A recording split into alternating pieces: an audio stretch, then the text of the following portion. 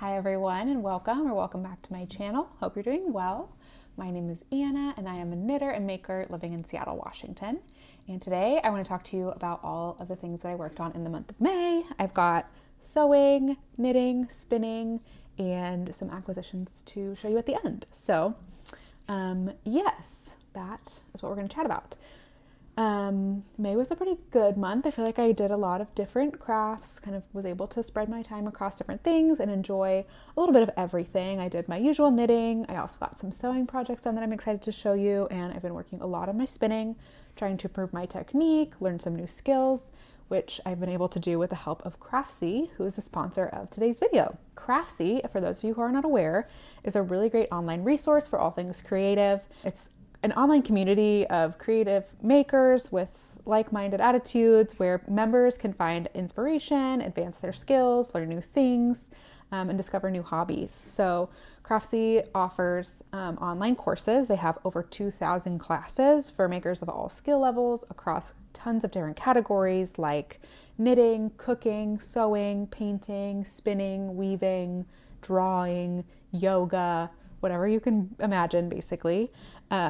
And they're for people of all different skill levels. They're taught by expert instructors, and they offer step-by-step instruction and supplemental resources that you can take at your own pace. And I've found it really, really great so far as I've been using it. Right now, I've mostly been focused on using Craftsy to improve my spinning and just learn more about spinning and fiber in general. So the first class I took was called Drafting from Worsted to Woolen by JC Boggs Faulkner. I thought this class was incredible. I mentioned a couple videos ago that when I was first trying to learn how to spin, I took a introductory spinning class at a local yarn store, which was great for just kind of like giving me practice at the wheel.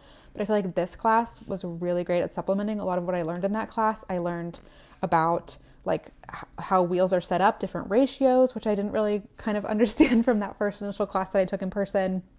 But I learned about ratios and different fiber preparations and what they should be used for, how you should use different fiber preps for different drafts. I learned about joining with different drafts, how you join like a new bundle of fiber. I learned about plying and how you should finish yarn that's like spun in different ways. So we learned about all, and then of course, because like the title of the class says, all different drafts. So short forward and like true worsted drafts all the way through to like spinning from the fold and spinning from the flat and letting the twist in, and then like true long draw, which on the other end, which is more of a woolen spin. So I really enjoyed this class. I thought it was extremely well done. The teacher was incredible and the resources were really helpful. So it's something that I would probably even go back and revisit as I'm trying to work on my spinning and thinking about what kind of yarns I want to make for different projects. Another class I took is called Know Your Wools by Deb Robson, who is the author of the Fleece and Fiber Source book, which is like a really well-known, well-respected book about different breeds of sheep and what you should use them for. I thought this course was super helpful because I'm trying to learn more about different breeds of sheep. I have a dream to one day like buy a fleece and do the whole process to make it into a sweater. So like scouring and picking and carding and spinning and then knitting. And I want to make sure that I'm getting the right fiber for that. So I'm trying to learn more about fiber types. And I really thought this class was very helpful for that. So those are the two classes I've taken so far. I really want to do a couple more. There's one called Ply to Knit, Spin the Yard You Really Want by an instructor called Jillian Moreno. So like just kind of teaching you how to spin the yarn for a specific project, which I think would be really helpful when I'm thinking about spinning up this fiber behind me to do a sweater spin. There's also, I would love to do a class on steeking and Fair Isle just to improve my technique on that. Yarn dyeing is something I've dabbled in but don't like really know that much about. So I think a course on that would be really helpful and fun for me. And then another thing that I want to work on in my sewing that I've never tried before and I'm a little scared to is sewing knit fabrics, like t-shirt fabrics, jersey and stuff. And there's courses on that I think would be really helpful and help me like feel less intimidated by sewing knits. So it's a multi-craftual maker. I feel like Craftsy offers me a lot of really great resources to improve my making across all the disciplines I like to dabble in and learn new things if that's something that I want to do as well. So if you're interested in any of the courses I mentioned, you can purchase access to individual courses on Craftsy, or you can join Craftsy as a premium member to get unlimited access to all of the different classes that they offer across all of the different disciplines. Premium members also have access to Craftsy's live streaming tutorials where you can kind of interface a little bit more directly with instructors. Instructors will share their tips, answer questions, and just engage with the broader Craftsy community in real time, which is really cool. So yeah, I've really enjoyed using Craftsy. I think a lot of you would as well. And they've given me a really special offer to share with you. The first 1,000 people to click the link in the description box below and join Craftsy Premium will be able to get their 1-year membership for $1.49, which is a really incredible deal. Like such a great value and so many wonderful resources for a really, really, really good price. So I will leave links to all of the classes I mentioned down below. Some ones I'm interested in taking, and that link to join Craftsy Premium will be down below as well. Thank you again to Craftsy for sponsoring this video, and that is my spiel on Craftsy. It's great. All right, now we'll get into our normal monthly video content, which is all about my projects. So I have one finished object for you, which is like, I'm calling it finished. There's like one thing that I really want your feedback on, which is why it's not fully 100% finished. So many of you, if you've been around for a while, you've probably seen this. If you haven't, this is my Amy slipover, which doesn't really look, it looks kind of like an Amy slipover, but I've made a lot of modifications. The Amy slipover is a pattern from Set Garn, which I've made before, and it's probably like my most worn hand knit item, period. I wear it constantly, all seasons. I think it's really great. It's a great layering piece. It like really elevates an outfit. Like there's been a lot of days in my maternity leave where I've just been wearing like matching sweatshirt, sweatpants, but I can throw on my Amy slipover and I feel like a little bit more put together. So I wanted more of them because I love them. And I decided to make another one. But the thing about the Amy slipover is there's some things about the fit that I didn't really like in the initial version that I made, which I followed basically completely to pattern. So making a second version has allowed me to make some changes to the fit that I think I really like. So from the original pattern, the stitch counts are the same across the back. The armhole shaping is the same. The depth of the armhole is the same, but I made a lot of changes to the front around the neckline just to improve the fit. So you can kind of see right here, I mean, not sure how well you can see in this light, but I've added some short rows here to kind of help the seam of the back sit a little bit farther back on my shoulder and not like right on top of my shoulder. And then I also did a little bit deeper of a length before I did the neck hole shaping. On this version, there's more width in this arm section really than the collar is closer in than in the original pattern. The original pattern has a really big folded collar, like a turtleneck, so it makes sense that it's a little bit more wide, but I wanted to do a crew neck for this version, so I brought that shoulder seam in a little bit more. And then the original version has the neck shaping on the outside, which I always thought was kind of strange. So I brought it onto the inside right by the neck. And I think I made my neck a little bit deeper as well. So those are a lot of the changes I made to the neck hole. I made pretty detailed notes on my Ravelry page when I was doing these modifications many months ago when I first started this project. So if you're interested in checking that out, I will leave the link to my Ravelry page below so you can kind of read a little bit more about what I did. It doesn't give anything away, but if you have the pattern, you can follow those instructions. And then I knit, like I said, the length on the front and back to the armhole increases the same, but I added a good amount of length to mine. So I think the original pattern I just feel like is a little bit cropped, and the way that the neck hole is shaped, it tends to ride up in the back, so the length can just feel a little bit wonky. So I added,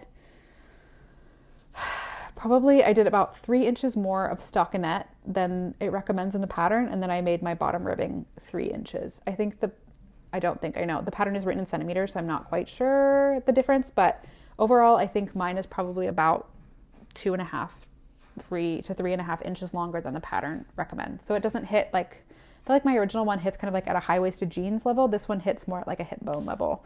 I would say it's more of a full length and less of a crop. So I really like how it fits, and I'll put a picture of me wearing it so you can see. What I want your feedback on is the side ties. So the original pattern has these like really big wide ribbed bands around the arms that go from like one armhole side to the other and then tie here. But it leaves these like bottom sections alone. There's no like finishing on them, which I just feel like sometimes it can look a little unbalanced. So I didn't want to do that for this one. I also had limited yarn. I only had 200 grams of this yarn. I used Hillesvåg Esk, which is a 100% Norwegian lamb's wool. It's a beautiful yarn. I really like it, but I only had 2 skeins. I bought it at the Hillesvåg mill. It was on sale in like a mysterious colorway.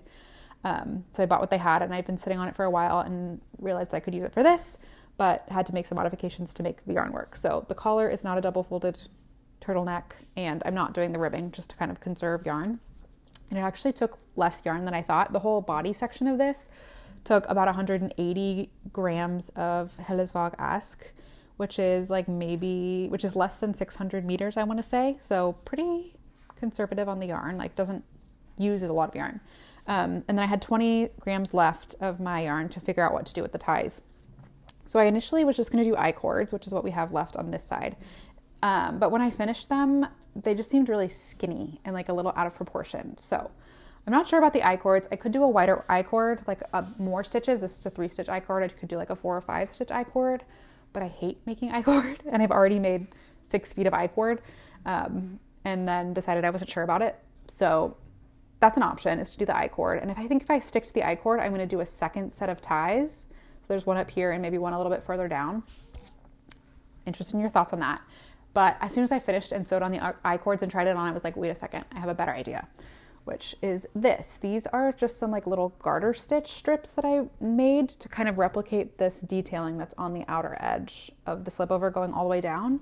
And I think it looks a little bit nicer. I think it ties in a little bit more and just looks a little bit more cohesive. I just think these are a little bit short, so I maybe need to knit them a little bit longer. But I will put a picture here so you can see what it looks like on, and I want your feedback on which you think looks better, the I-cord side or the garter side. I'm leaning more towards the garter side, but I want to know what you think. So that's my Amy slipover. It's basically done. I probably won't show it to you again unless I'm wearing it in my next video. But I want your opinion on what you think, what the ties you think look better. I'm really excited to have this done, though. I've been working on it for many, many months, and I put it aside for a while and I pulled it back out, and I think it's going to be great. It might seem like kind of counterintuitive to finish a woolly vest in the summertime, but where I live, we have a pretty temperate summer. It's not very warm.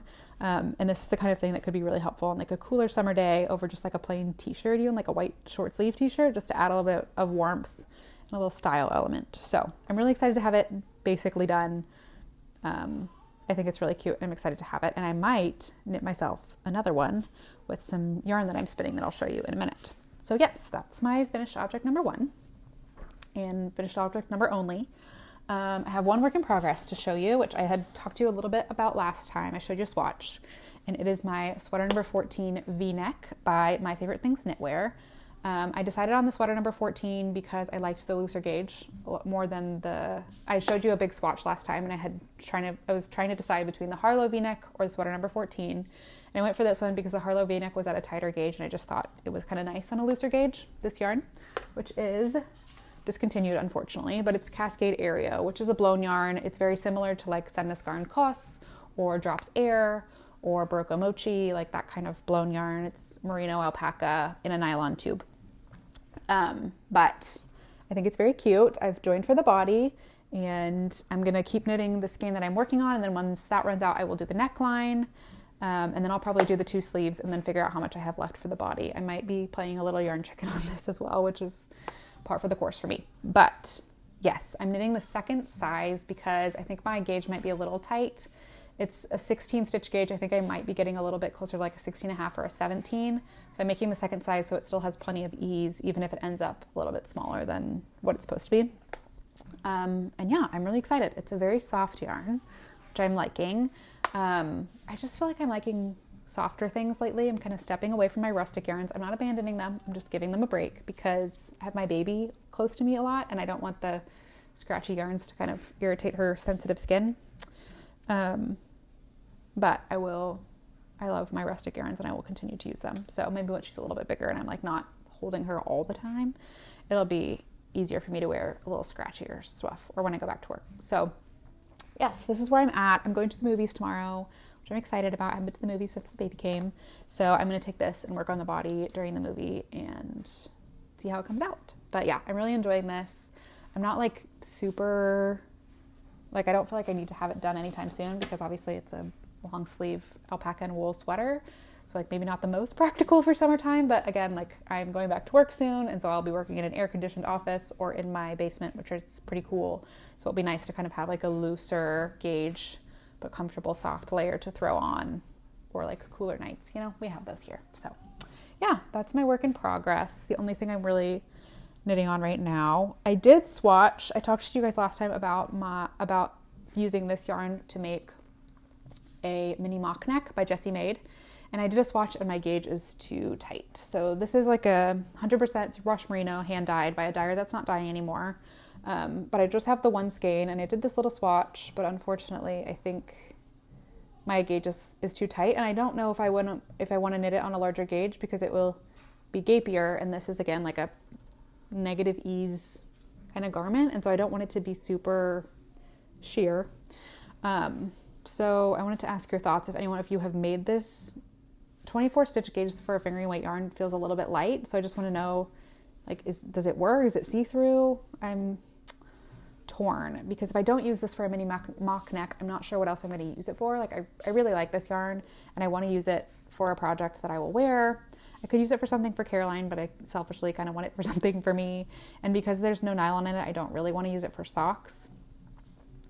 So I was thinking maybe I could do like a modified June top by Petite Knit. Yeah, I don't know. If you have any ideas for what to do with a single skein of hand-dyed superwash merino, I don't really want to do like a shawl. I would love to do some kind of top, but I don't know. So if you have thoughts, let me know. Yeah, so that's it on that. I think I'm feeling a little kind of like uninspired by knitting, honestly. There's not a lot that I'm super excited about. But I think I want to cast on something else to have besides this sweater number 14 because it's very plain stockinette in the round, which is great for when I'm like going to the movies or just like hanging out with the baby and she's playing by herself. But I kind of want something a little bit more like stimulating to knit on. So I think I'm going to do the Daisied Vest by Eugenie Giroux, which again might seem kind of strange to do in the summertime, but it's really cute. And I think I could maybe wear it as like a top. I've seen Petite Knit do it where she kind of sometimes wears a slipover as a shirt. It's really cute. So that's an idea that I'm toying with. I really like it. I think I would do it in a light blue background and then white flowers with yellow centers. That's my thought. So yes, I think that's going to be my next cast on, but don't hold me to it. I really don't know. Emily from High Fiber Knits is hosting a Silly Little Things make along, which I think is a very fun idea. So I might cast on something for that. And I guess my silly little thing isn't that silly. I think I want to do these slippers from the 52 Weeks of Socks book. They're called the Elf slippers. They're really cute. Again, you might be like, slippers in the summertime, but again, I work in my basement and it's cold. The floor is cold down here, so it'd be nice to have. They're like socky slippers. And they're really cute. My mom made a pair when she was here when the baby was just born, and she knit them up really fast and she wore them a ton. So I might make myself some of those. And if I do, I want to use these yarns, which are Briggs & Little Regal. This is Fundy Fog and this is Plum. Just think they're cute. Love purple. So that would be fun. Yes. So those are probably my next cast-ons for knitting. So yeah, that's my knitting. We'll talk about spinning really quick. I'll show you my singles that I've spun up. This is what I've got so far from the Owner Auch Air fiber that I bought back in February. Owner Auch Air is the company that does Neutroden yarn, and they also sometimes sell carded spinning fiber. The color is not showing up super well here, but it's kind of like a light green with some natural browns in it. It's really pretty. And depending on how it plies up and like washes and everything, I could maybe make another Amy slipover with this. Depends on the yardage that I get and what the weight of the yarn ends up being. But I think it could be somewhere around a DK, potentially. We'll see. Yeah, I've really been enjoying spinning. I did this all long draw because it's carded fiber, like a bat. And I ordered a 200 gram bat. They sent me almost like 220 grams. So I have quite a lot of it. And I'm hoping that I'll have enough to knit something fun. So yes, that's my first bobbin. I'm going to spin up the other bobbin and ply it. And maybe I'll have finished yarn to show you next month. But yes, that's the spinning project I'm working on right now.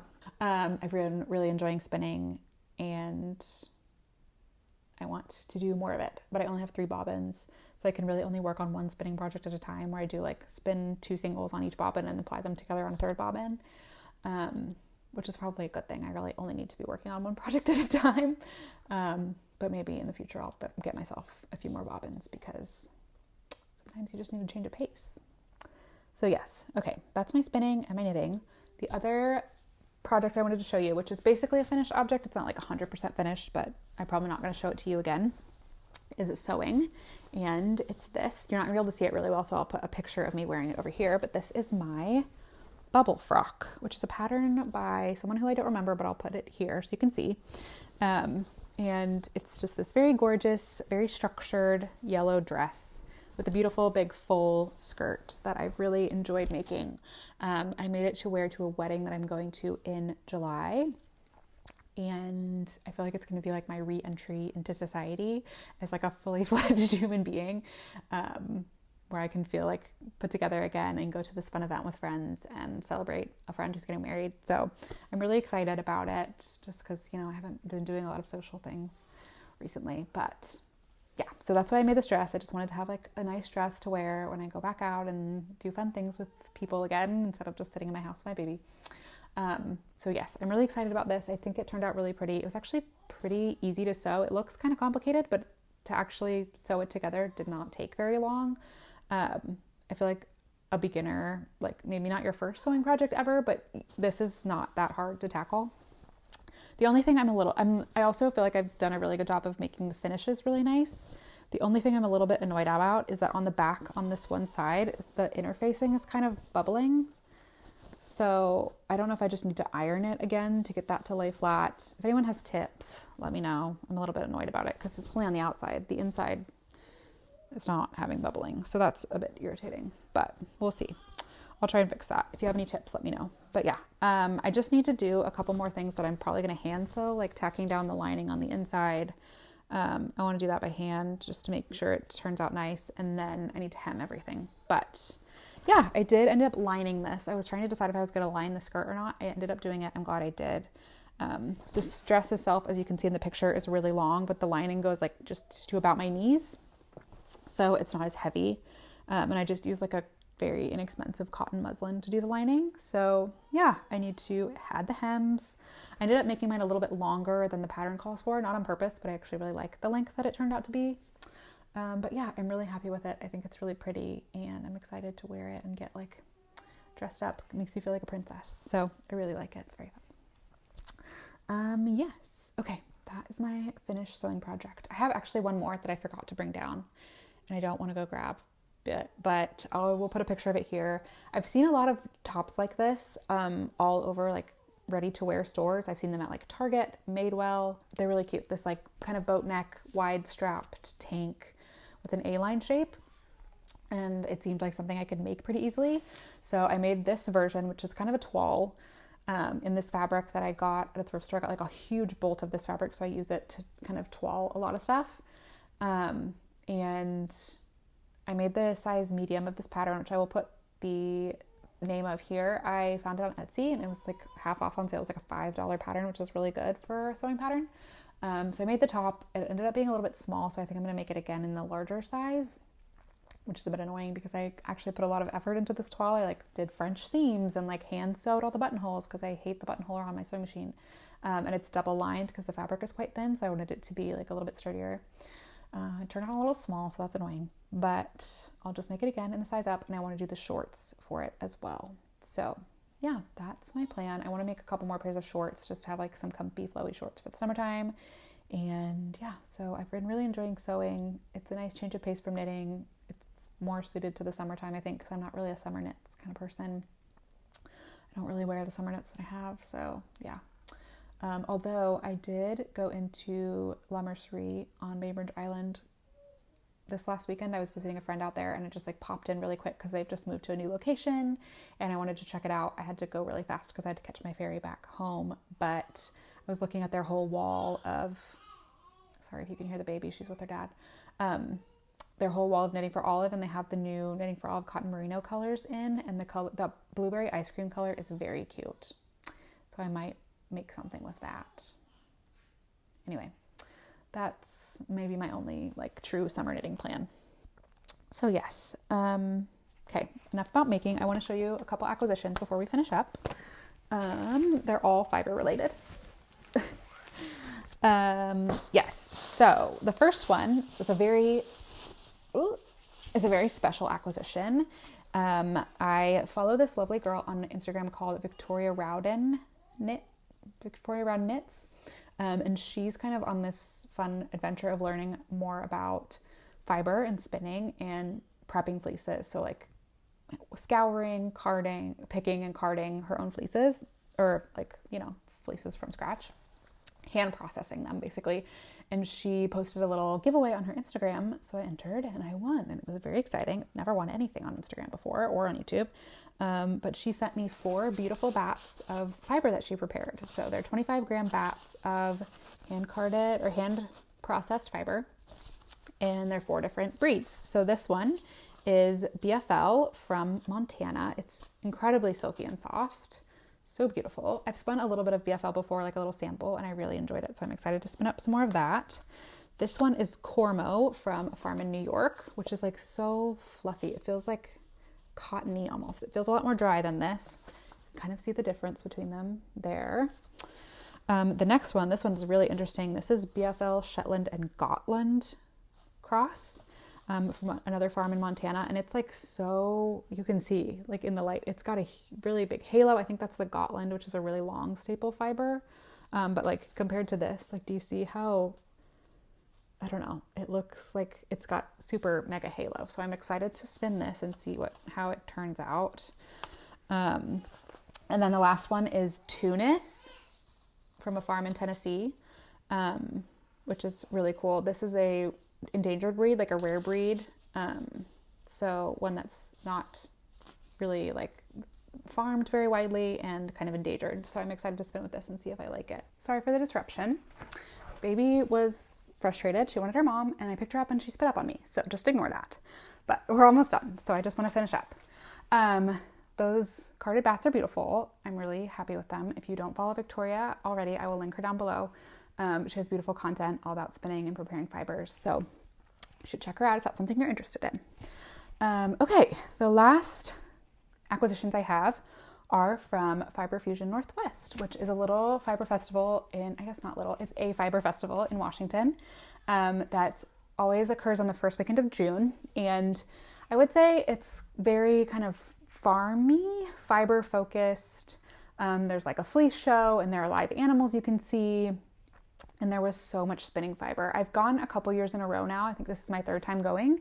And there's lots and lots of yarn and other crafts and stuff you can see, but they have a lot of fiber, which I definitely noticed this year that this is the first year I've gone as a spinner. So it was really exciting. And I found some fiber that I'm really excited about that I want to show you. So the first thing I got is this beautiful braid of carded roving from the Promised Land Sheep Company. And it's dyed by Leia Arroyo Green. It's this beautiful hand-dyed Rambouillet braid. The card is really helpful because you can like put your spinning notes on it when you're done. But it's gorgeous. It's kind of this like raspberry smoothie color. I don't know. Or it looks like a raspberry sorbet ice cream kind of a thing. But it's really pretty. I'm not sure what I'm going to make with this, but I haven't seen a lot of like carded braids of fiber instead of combed top. So I was excited for that. And I loved the color. So we'll see what I end up making with this when I spin it up. It could be something for Caroline, or maybe like an accessory, cute hat. I don't know, something, but it's very squishy and fun. It smells just slightly sheepy. But yeah, so I got this braid. I think it was like $15, which is pretty affordable.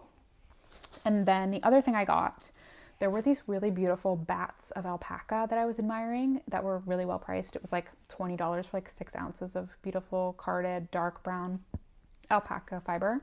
But I was a little nervous that I'm not quite a good enough spinner yet to be able to spin all of that alpaca into something pretty. So I ended up not getting it. I was talking to the lady and she's like, yeah, it's probably not great if you're not like if you're a pretty new spinner. So I was like, okay, fine, I won't get it, but I'll come get it next year. She's like, great, I'll be here next year. But then I remember there's this booth there. I remembered a booth that I'd seen every year that I've been there, and it's called ZZ Alpacas. It's a farm in Oregon, and every year I've gone, I've like felt the fiber. It's so soft and beautiful. And I was like, oh, I'll just go get a couple ounces from there that I can practice spinning alpaca. And then next year I can get alpaca as like a better spinner. So I went to ZZ Alpaca, and the farmer is wonderful. He's very kind. And I bought 2 ounces of this extremely beautiful blonde, soft, divine, fuzzy alpaca fiber. It's so soft. It feels incredible. And it's just like so beautiful. And so I bought 2 ounces. It was $2.50 an ounce, so really reasonably priced. Just something I can practice on. But I was thinking maybe I could use, if it spins, depending on how it spins up, if it doesn't look terrible and ugly, I could maybe make myself like a little Sophie scarf with this, because it's so soft. I want it like close to my face. Oh, it's so nice. It's so beautiful. So I'm excited to spin this.